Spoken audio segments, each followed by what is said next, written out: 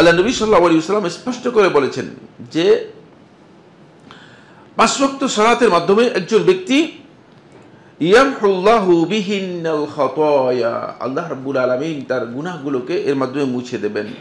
এই হাদিসটি আবু হুরায়রা রাদিয়াল্লাহু আনহু বর্ণনা করেছেন সহিহ বুখারী এবং মুসলিমের, সহিহ বুখারী 528 নম্বর হাদিস, মুসলিম 667 নম্বর হাদিস, মুসলিম 667 নম্বর হাদিস।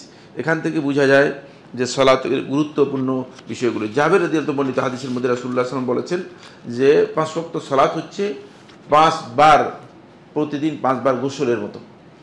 গোসল করলে যেমন একজন ব্যক্তি পরিপূর্ণ পরিষ্কার পরিচ্ছন্ন হয়ে যায়, তার গায়ের মধ্যে কোনো ধরনের ময়লা আবর্জনা থাকে না, ঠিক 5 ওয়াক্ত সালাত তাকে এইভাবে পরিচ্ছন্ন করে দেবে।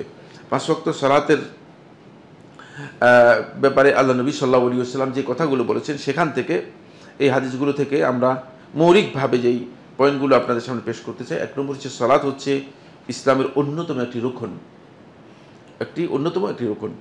2 নম্বর হচ্ছে যেই সমস্ত ফরজ আল্লাহ রাব্বুল আলামিন ফরজ ইবাদতগুলো অবতীর্ণ করেছেন, তার মধ্যে প্রথম ঈমান এবং তাওহীদের বিষয়, তারপরেই সালাত সর্বপ্রথম ফরজ।